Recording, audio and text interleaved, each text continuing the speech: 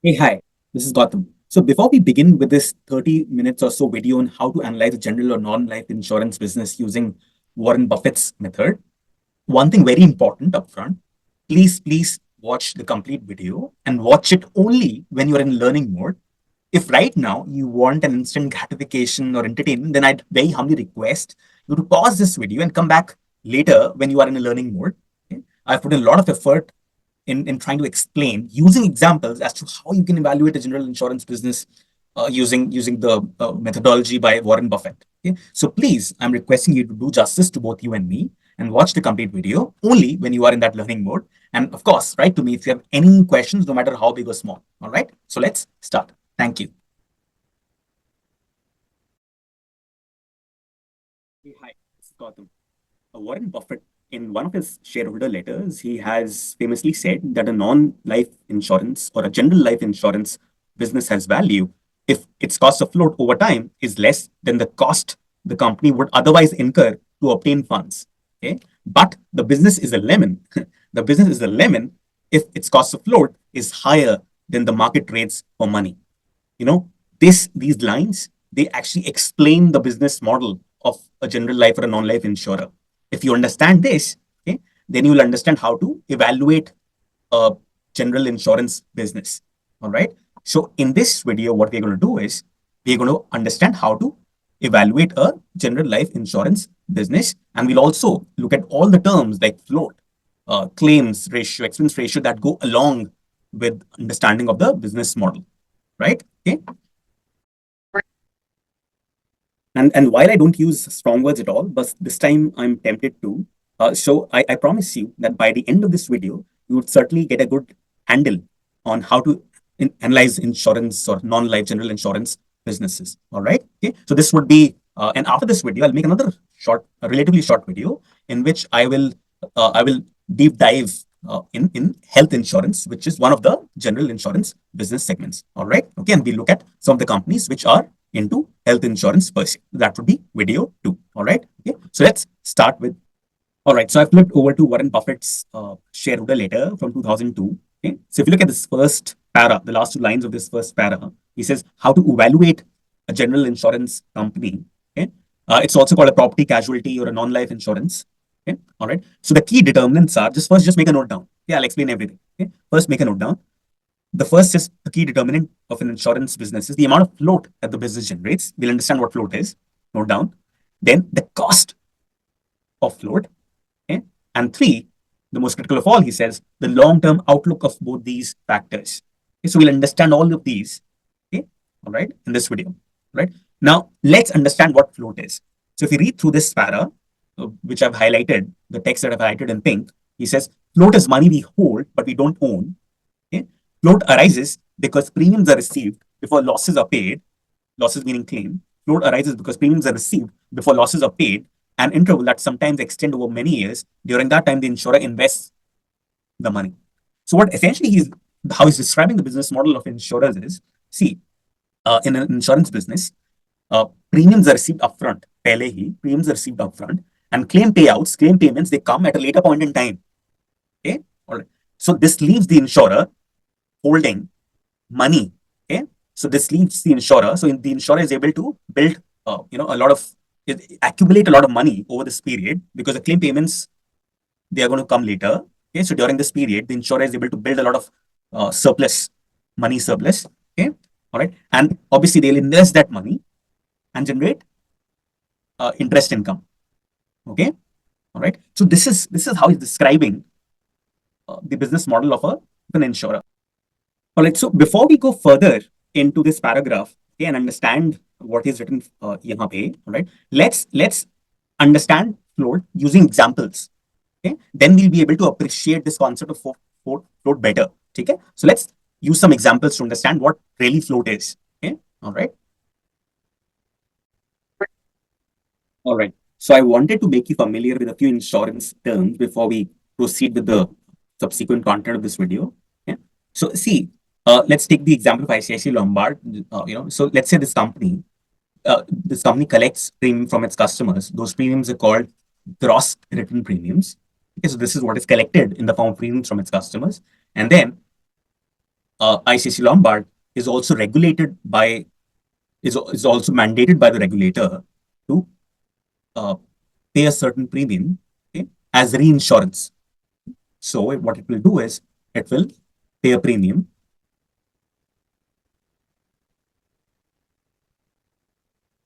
as reinsurance, okay, to, let's say, General Insurance Corporation of India. So in the case if there are extreme risky events, okay, then this reinsurer would come in and cover that additional risk if it were to present itself. Okay? And the amount of reinsurance premium that needs to be paid out depends upon the business line. Okay? It's different for different business segments. Say for marine, it will be different. For fire, it will be different. For health, it's different. And insurers may may even want to go above the prescribed limit set by the regulator. So any which ways, this reinsurance premium is netted off from gross written premium, and what you're left with is net written premium. ठीक है? अब ये net written premium, insurers, okay, they're required to provision, okay, they provision, insurers, they provision a portion of these net written premiums, say for unexpired risk.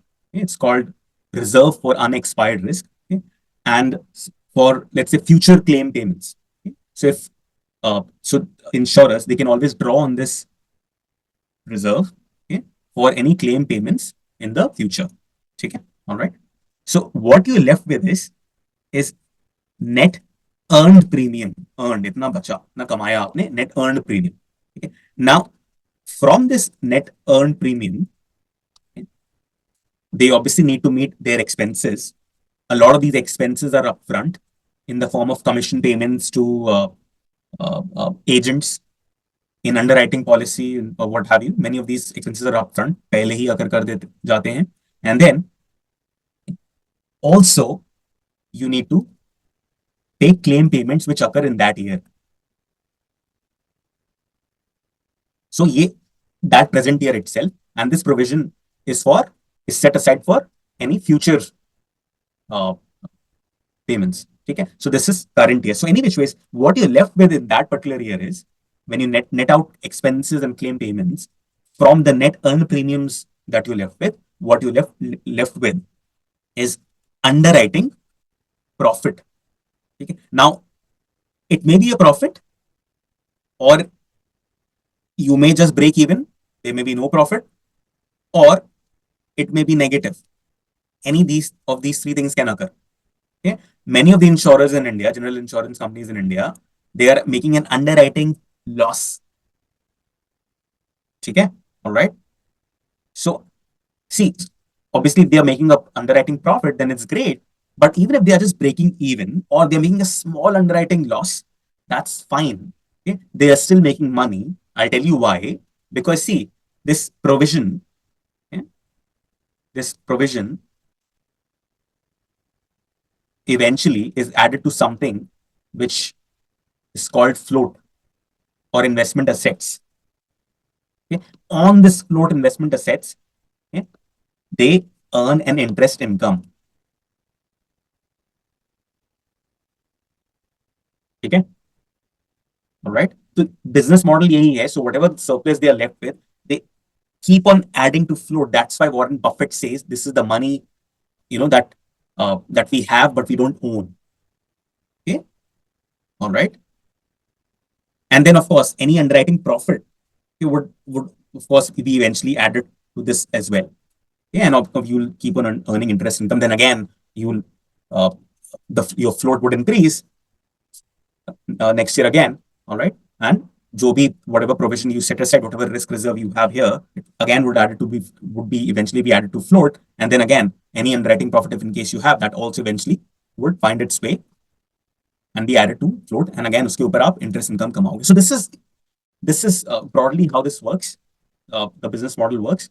Okay. I thought I'll just make you familiar with a few terms, and now you'll understand the content better. All right. Thank you. All right. So I flipped over to a spreadsheet. So if you look at this highlighted table here in this table, I have the premiums for these insurance companies for the last 3 years. Last 3 years, में जो premiums collect किए हैं, that I have put in this table here. Okay, and I have three kinds of insurance companies. One is the public insurers. Okay, New India Insurance, National Insurance. Okay, one is multi-line private. So these are private companies. Okay, so which sell all the products, like they sell health insurance, they sell motor insurance, fire insurance. Okay? And then you have standalone health insurers. So these companies like Star, Niva, Bupa, they are only present in health insurance. Okay, and they mostly cater to retail customers like you and me. Okay, public insurance companies, they have a lower presence in retail customers. Okay, but they have a sizable presence in group insurance. Like let's say they will let's say tie up with a company like Tata Consultancy Services, for example, and they say कि हम आपके सारे employees को will provide insurance. So they are into corporate or group insurance. Okay, and similarly, right, you have multi-line, which is actually both into retail and corporate group insurance. And by the way, public insurance, they have a very sizable presence in government-sponsored insurance schemes as well. All right. Okay. So anyway, so these are three types of insurers that you have in India. Okay, and these are some of the companies that are in this space. Okay. All right. So now, यहाँ पे I have the premiums. Okay. Now let's understand float. Okay. All right. So यहाँ पे, all right. So float, if you look at the second table, I have float is equal to investment assets. Okay. See, as I said, premiums are received upfront and claim payments, they come at a later point in time. So as customers would keep on paying premiums, let's say a customer, let's say I enroll, I take a health insurance policy. Okay. All right. Every year I would not, request for a claim. Every year I would not request for a claim payment. Okay. Perhaps for 5 years I'll make the payment, and perhaps sixth year, okay, if I actually need it, okay, then I'll request for a claim payment if I undergo any, let's say, medical treatment or what have you. All right. So for those 5 years, that insurer collected that premium and earned interest on that premium. Okay. So that 5 year of accumulation, money accumulation, okay, insurers, they call it investment assets. In the balance sheet, they call investment assets. And Warren Buffett, he has famously called it float. Okay. So, and how he describes float, again, looking at his definition, float is money we hold, but we don't own. Okay. He says we don't own, okay, because eventually, if sixth year I request for a claim payment, then a portion of whatever premium has been collected needs to be paid out to me, right, in the form of claims. Okay. All right. So that's why he's saying we hold this money, but we don't. Now, what Warren Buffett talks about is he talks about the size of float. Okay. If I just take you to his definition. So if you see, Mr. Warren Buffett, he says, abhi float we got a sense of what float is. And he says the amount of float it's very important to note the amount of float that the business generates and the cost of float. Okay. So let's look at the amount of float across different insurance companies and also the cost at which they have been able to acquire float. Okay. So let's look at that. All right. So here I have the amount of floats listed for all these insurers for the last 3 years. Okay. But see, you need to compare these float amounts or the investment assets amount with something, right? To basically form an assessment, right? So if you look at this table here, Niche wali, this one, okay, I have compared the amount of floats with the premiums that these insurers they have been able to collect over the last 3 years. Okay. So specifically, if you look at public and multi-line insurers, so both public and multi-line insurers, I think with the exception of HDFC Ergo, all of them, they have been able to collect, okay, or accumulate, they have been able to accumulate 2x float or 2x in investment assets, which are twice as much as the premiums that they have been able to collect. Okay. So float is 2x of premium. Okay.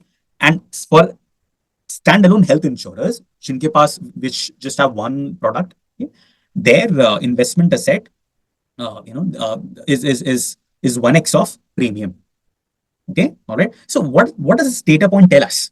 Okay. See, when you compare these float amounts with the premiums, to me, it's a rough measure. It's a very crude indicator of how long you are able to retain premiums. Okay. Right? How long? कि जितना देर तक आप premium retain करोगे उतना ही interest कमाओगे आप उसमें. Okay. All right. So, and we saw that public and private multi-line insurers, they are able to retain float perhaps for a bit longer than standard health alone insurers.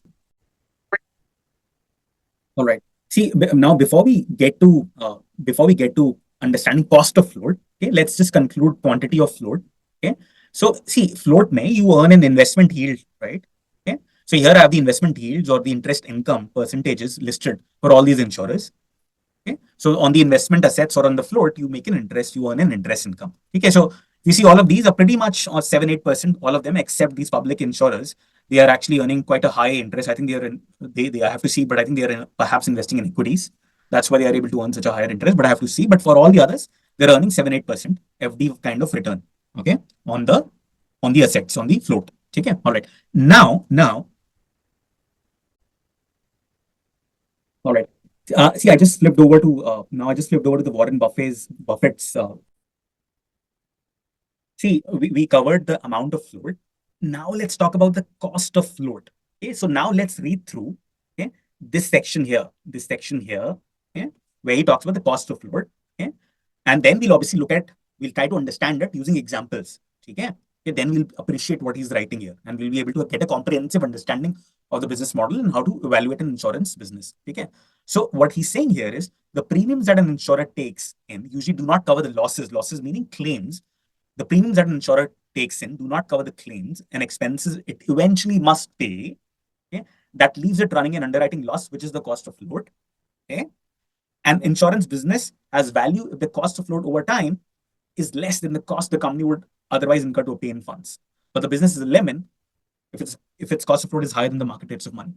Don't worry, if you don't understand, let's try to understand this cost of float with an example. And I promise it will be clear and you would really be able to appreciate this business. Okay, let's. All right. See, to understand cost of float, first we need to understand what a combined ratio is. Okay, so, all right. So your combined ratio, okay, is basically a sum of your expense ratio, कितने expenses हैं, okay, plus your claim ratio. कितने claims है. Claim ratio is also called as loss ratio. It's the same thing. If you look at this, यहाँ पे, this equation here, okay, see, we netted out expenses and claims from this net earned premium to arrive at underwriting profit, right? Okay. So this expenses divided by net premiums, okay, is expense ratio, and this claim payment divided by net premium is your claim ratio. Okay, so that's what claim ratio really is. Okay, all right. And just to refresh your memory here, if in case you're forgetting, insurer collects gross written premium. From that, portion is paid out as premium to a reinsurer. Then you're left with net written premium. From net written premium, you provision or reserve a portion to cover your future claim payments, which may occur far in the future. Okay, and then you're left with net earned premium. Net earned premium में क्या होता है, आपका expense ratio, मतलब expenses आप हटाते हो, you remove them, and then you also remove your current year के claim payments to arrive at an underwriting profit. All right, or it may be an underwriting loss.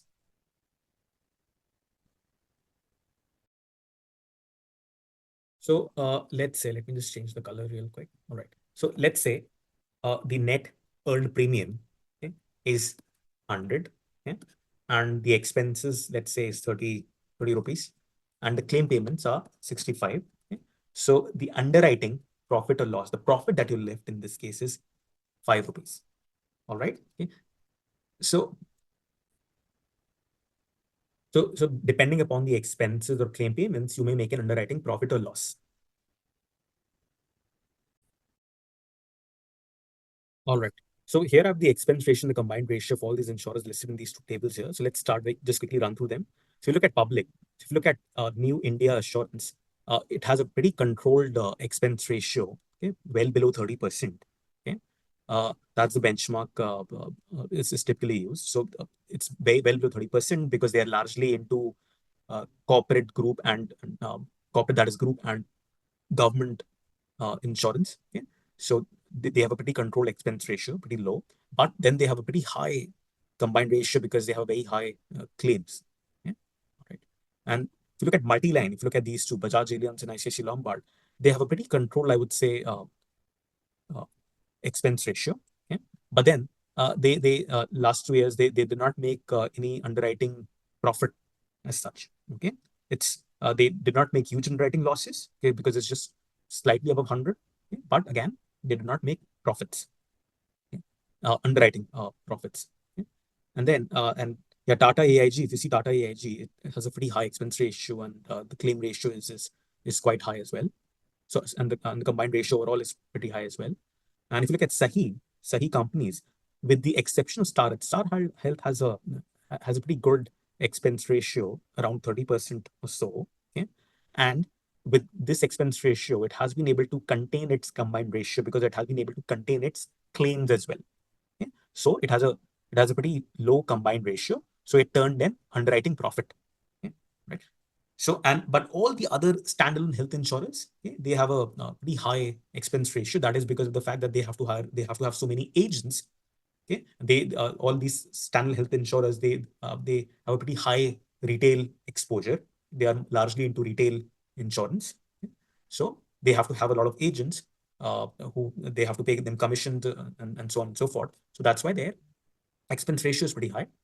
But then out of these Sahi companies, Star Health and Air, they have uh, they have a combined ratio of below 100, and they turned an underwriting profit the last 2 years. Okay? I need to double check Niva Bupa ke numbers. Okay, all right. Okay. So, and also do keep in mind that bulk of expenses, okay, these expenses are upfront, but the claims, they come over a period. All right. Okay. See, same combined ratio that we saw in percentage terms here. Okay, I've expressed it in rupee terms here.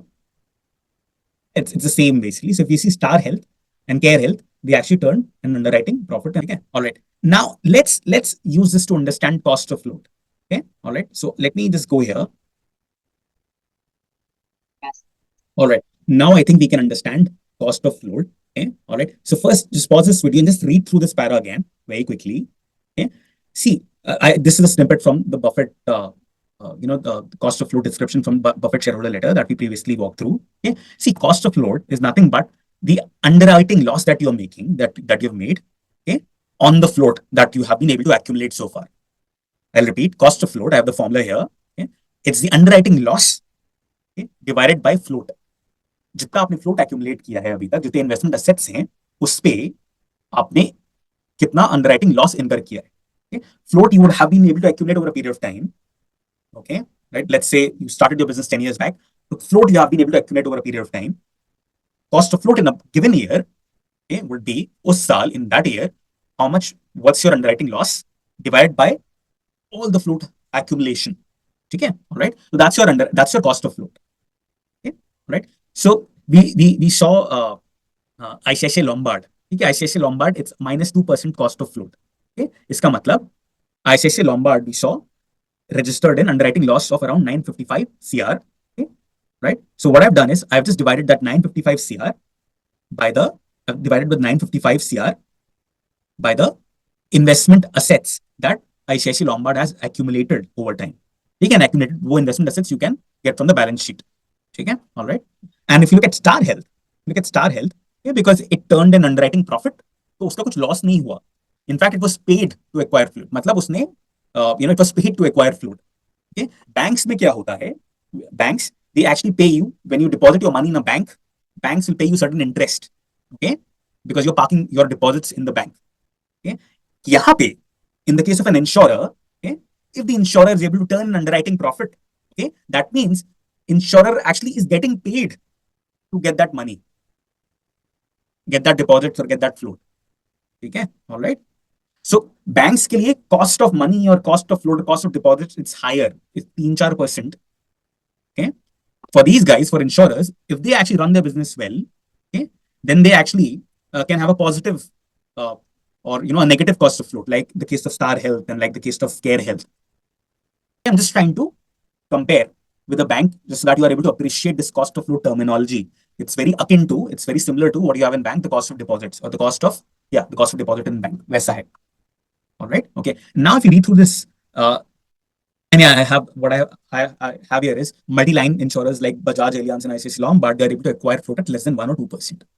Okay, so it's not very bad, but obviously you would want to be someone like Star Health or Care Insurer that are able to acquire money. You are able to, because they are able to acquire this float for free. In fact, उनको पैसा मिल रहा है ये float के लिए. Okay, all right. Okay. Now, if you read through, okay, An insurance business. Okay, now please read through these last three lines. Okay, an insurance business has value if its cost of float over time is less than the cost the company would otherwise incur to obtain funds. Okay, so ये आप ratios, you don't kind of look at these ratios just for 1 year. You have to look at these ratios over time. Not even 3 years. I just have 3 years to make you guys understand, but you just go back in time. Okay, so अगर इनका cost of float, if the cost of float let's say would have been 4 or 5%, like -4 5%, okay, over like a long period of time, okay, then as per Warren Buffett, the business is worth lemons. Okay, because वो पैसा, that float, you can acquire from the market, right? Market में अगर आप जाओ, so you would be able to acquire whatever the interest rate right now is. You will be able to get a loan, or at 5 6%. Okay? So अगर आपका cost of float itself is 5 6% or more than 5 6%, okay, all right, that is -5 6 here. Okay, that means the business is a lemon. Okay, the business is a lemon. All right, but if your cost of float is less than the cost that the company would occur to obtain funds from the market, okay, then you are not a lemon. You are actually pretty, over a long period of time, you will do well, right?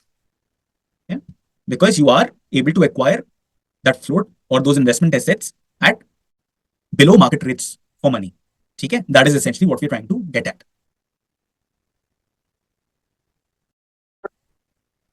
All right. Now let's understand just a couple of more concepts, and that will help round up our understanding of this business model. And then you will be able to better analyze this and evaluate this business. All right. Okay. All right. So see, let's understand the concept of return on float. We saw cost of float. Okay. We saw the amount of float. We saw cost of float. Okay. Now let's see return on float. Okay. And by the way, let me draw an analogy of this return on float with banks. Okay. So let me just flip over to a different screen very quick. Right. See, in banks, net interest income that a bank makes is interest earned on loans, interest earned on loans given, minus interest paid on deposits. Okay, all right. And this, when you divide by the loans, it gives you return on assets. Okay, all right. So, and if it says if a bank has an ROA of 2%, it means that they are making rupees 2 on a loan of rupees 100 that they're giving out. अगर 100 रुपए का loan दे रहे हैं तो 2 रुपए कमा रहे हैं if they have a ROA of 2%. All right, okay, just very simplified understanding. Now, अगर insurance में देखें, let's say for a general insurer, interest earned on loans, this is akin to, this is very similar to the investment yield, or rather the investment income. Yield is percentage, income is in absolute terms. Investment income that they make on the float that they have been able to accumulate over time for an insurer, and this interest paid on deposits. This is the cost of float. This is the cost of float. Okay, right? So the return on float, okay, so return on float जो हो गया insurers के लिए, वो हो गया your investment percentage की बात करें, investment yield, okay, minus cost of float. All right. So very similar. So return on float for insurers is very similar to return on assets for banks. I just thought I'll just draw this analogy. Okay, how you can think about the two business models have totally different way of operations. Okay, but same term up, you can use the same terms. All right. Okay. All right. To simplify your understanding. Now let me go back to the Excel sheet. Right. So you see, for insurers, I have this return on float, which is investment yield minus cost of float. Okay. Here I have the return on float computed for all these insurers. If we take the example of Star Health, okay, Star Health के case में return on float is 8.24. तो उनका जो investment yield था, if I double click on this, तो investment yield था, which is 7.66%.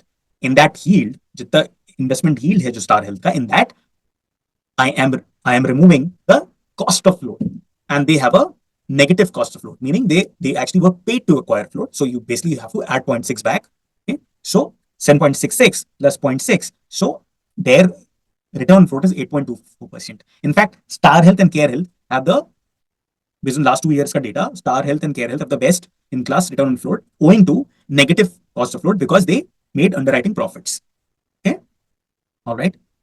So see, so hope you were able to also appreciate the analogy between insurers and banks. Right. Now, one more thing. All right. Now let's talk about leverage, and I'm trying to round up this this analysis. All right.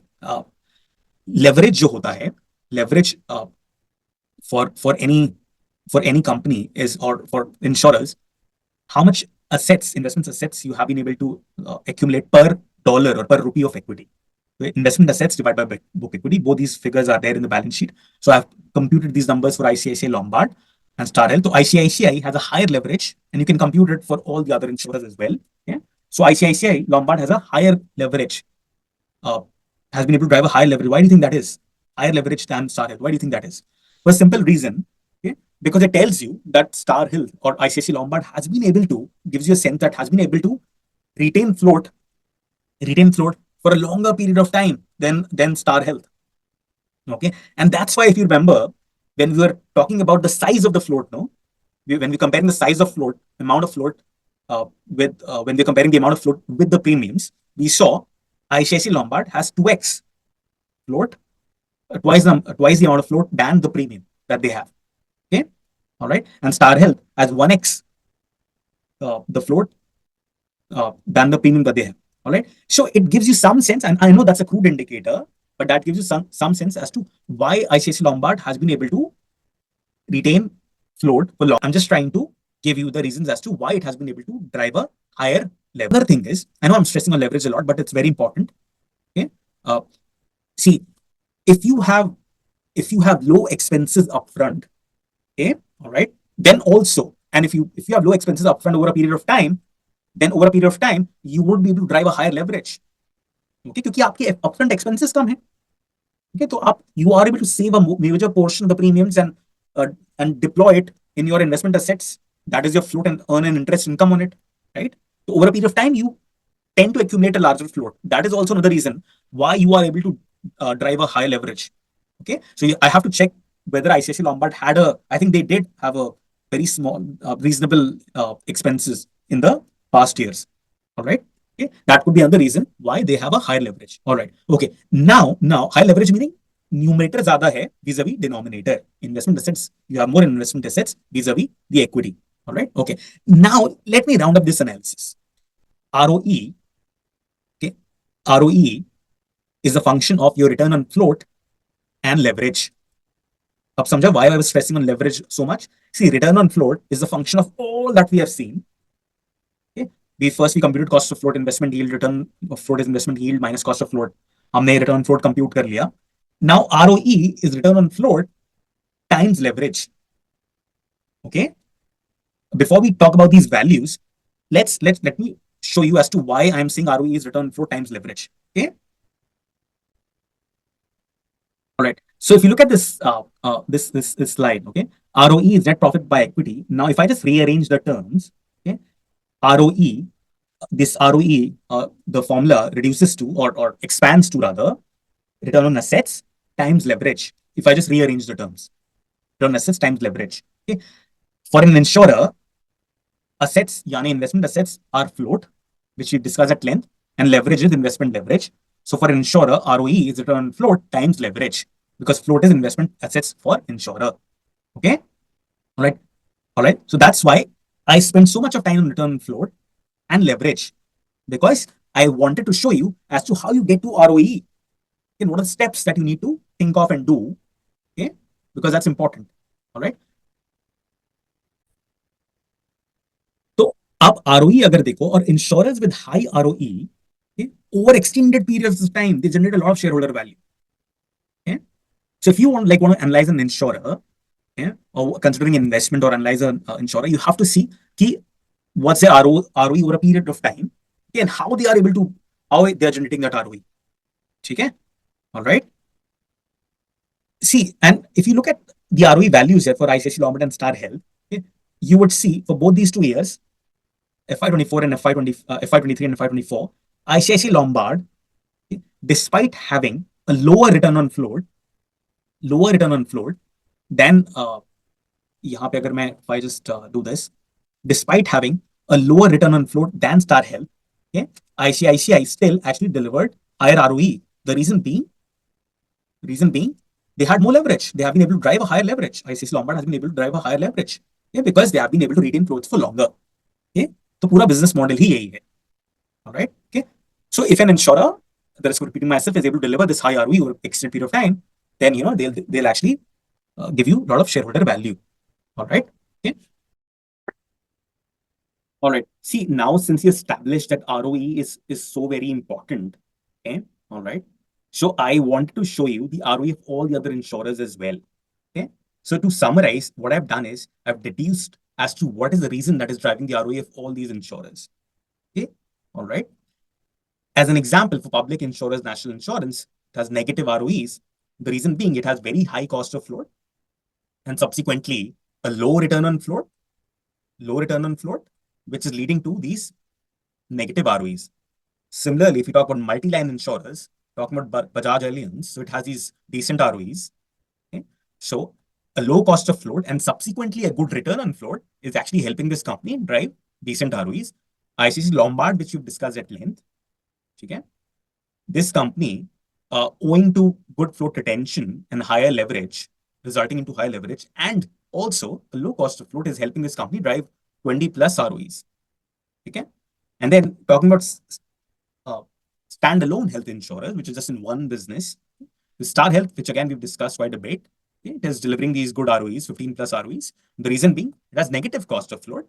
मतलब cost of funding negative है, free में पैसा उठा रहा है, और it's getting paid to acquire money or acquire float. So negative cost of float and subsequently good return on float is helping this company deliver these ROEs. Okay? Niva Bupa is delivering these ROEs in red.